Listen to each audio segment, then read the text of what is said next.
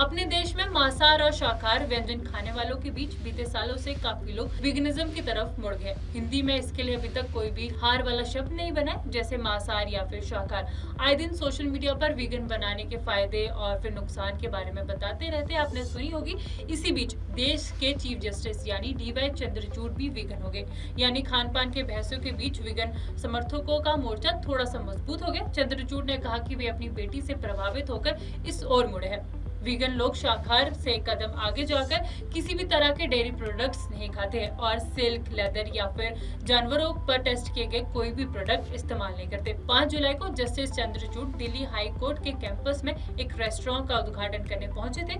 यहीं पर उन्होंने ये सब बातें कही। ये रेस्टोरेंट पूरी तरह विकलांग लोगों द्वारा चलाया जाएगा। सीजीआई चंद्रचूड़ ने बताया कि उनकी बेटी ने उनसे क्रूरता मुक्त जीवन जीने को कहा, इसी वजह से उन्होंने ये फैसला लिया। चीफ जस्टिस ने दावा किया कि वे या उनकी पत्नी अब सिल्क या फिर चमड़े के किसी भी चीजों को इस्तेमाल नहीं करेंगे। उन्होंने बताया कि इस तरह से जो सामान पहले से उनके घर पे पड़ा है उसे वे फेंक नहीं सकते, लेकिन कम से कम वीगन लाइफस्टाइल की तरफ तो एक कदम आगे बढ़ा सकते। उन्होंने बताया कि मेरी 2 बेटी है जो विकलांग है, मैं जो भी करता हूँ उसमें वे दोनों हमेशा प्रेरित करती रहती है। हाल ही में मैंने वीगन होने का फैसला लिया क्योंकि मेरी बेटी ने कहा कि हमें क्रूरता मुक्त जीवन जीना चाहिए। चीफ जस्टिस ने आगे बताया कि उन्होंने सबसे पहले डेयरी प्रोडक्ट, शहद छोड़कर पूरी तरह वीगन डाइट लेने का फैसला किया। शुरुआत में उन्होंने ये फैसला किया, लेकिन उनकी बेटियों ने कहा कि ये काफी नहीं। बेटियों ने सलाह दी कि वे जानवर से बने किसी भी प्रोडक्ट का इस्तेमाल नहीं करें, उसे बंद कर दें। जो लोग वीगनिज्म अपनाते हैं वे किसी भी तरह के जानवर के जरिए मिलने वाले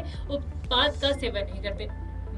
मतलब मांसाहार खाने जैसे चिकन, मच्छी तो छोड़ दीजिए, वे दूध और दूध से बनी चीजें जैसे दही, पनीर और क्रीम तक भी इस्तेमाल नहीं करते। ऐसे लोग पेड़ पौधे से मिलने वाली चीजें, सब्जियां, अनाज, दालों पर ही निर्भर रहते हैं। भारत में पिछले कुछ सालों से वीगन अपनाने का चलन बढ़ गया। सबके अपने अपने दलील है। कुछ लोग इसे वजन को कंट्रोल करने, ब्लड शुगर को कंट्रोल करने के लिए फायदेमंद मानते हैं। वहीं इसके नुकसान के बारे में भी आपने सुना होगा। इसके नुकसान का फायदा कुछ लोगों का कहना है कि डाइट में माइक्रो न्यूट्रिएंट्स की कमी हो सकती है। दूध से बने उत्पाद और मांसाहार खान पीन की कमी से vitamin B12, protein, calcium, vitamin D की कमी होने का भी खतरा हो सकता है। अब आप में से कौन वीगन है, कौन मांसाहार है, कौन शाकाहार है, हमें कमेंट बॉक्स में जरूर बताएं।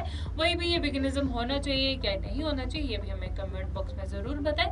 वही अगर आपको सीवाई चंद्रचूड़ का ये डिसीजन कैसा लगा, कमेंट बॉक्स में जरूर बताएं। इस वीडियो में इतना ही। मैं मुस्कान चौहान, मिलते अगली वीडियो में। अपने देश में मांसाहार और शाकाहार व्यंजन खाने वालों के बीच बीते सालों से काफी लोग वीगनिज्म की तरफ मुड़ गए। हिंदी में इसके लिए अभी तक कोई भी हार वाला शब्द नहीं बना है, जैसे मांसाहार या फिर शाकाहार। आए दिन सोशल मीडिया पर वीगन बनाने के फायदे और फिर नुकसान के बारे में बताते रहते हैं, आपने सुनी होगी। इसी बीच देश के चीफ जस्टिस यानी डीवाई चंद्रचूड़ भी वीगन हो गए, यानी खान पान के बहसों के बीच वीगन समर्थकों का मोर्चा थोड़ा सा मजबूत हो गया। चंद्रचूड़ ने कहा कि वे अपनी बेटी से प्रभावित होकर इस ओर मुड़े हैं।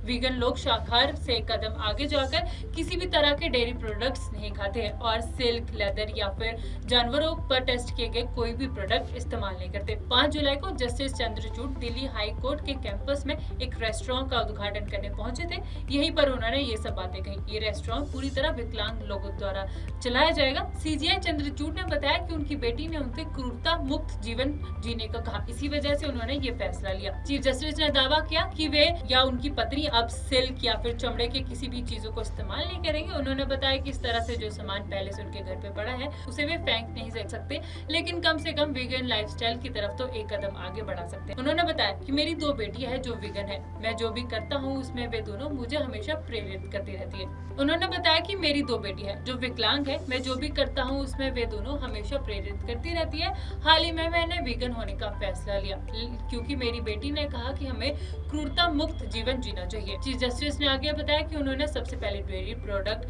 शहद छोड़कर पूरी तरह वीगन डाइट लेने का फैसला किया। शुरुआत में उन्होंने ये फैसला किया, लेकिन उनकी बेटियों ने कहा कि ये काफी नहीं। बेटियों ने सलाह दी कि वे जानवर से बने किसी भी प्रोडक्ट का इस्तेमाल नहीं करें, उसे बंद कर दें। जो लोग वीगनिज्म अपनाते हैं वे किसी भी तरह के जानवर के जरिए मिलने वाले उत्पाद का सेवन नहीं करते।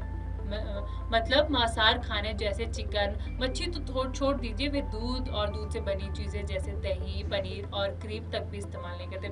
ऐसे लोग पेड़ पौधे से मिलने वाली चीजें, सब्जियां, अनाज, दालों पर ही निर्भर रहते हैं। भारत में पिछले कुछ सालों से वीगन अपनाने का चलन बढ़ गया। सबके अपने अपने दलील है। कुछ लोग इसे वजन को कंट्रोल करने, ब्लड शुगर को कंट्रोल करने के लिए फायदेमंद पाते हैं। वहीं इसके नुकसान के बारे में भी आपने सुना होगा। इसके नुकसान का फायदा, कुछ लोगों का कहना है कि डाइट में माइक्रो न्यूट्रिएंट्स की कमी हो सकती है। दूध से बने उत्पाद और मांसाहार खान पीन की कमी से vitamin B12, protein, calcium, vitamin D की कमी होने का भी खतरा हो सकता है।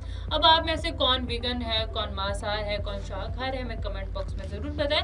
वही भी ये वीगनिज्म होना चाहिए क्या नहीं होना चाहिए, ये भी हमें कमेंट बॉक्स में जरूर बताएं। वही अगर आपको सीवाय चंद्रचूड़ का ये डिसीजन कैसा लगा, कमेंट बॉक्स में जरूर बताएं। इस वीडियो में इतना ही। मैं मुस्कान चौहान, मिलते अगली वीडियो में।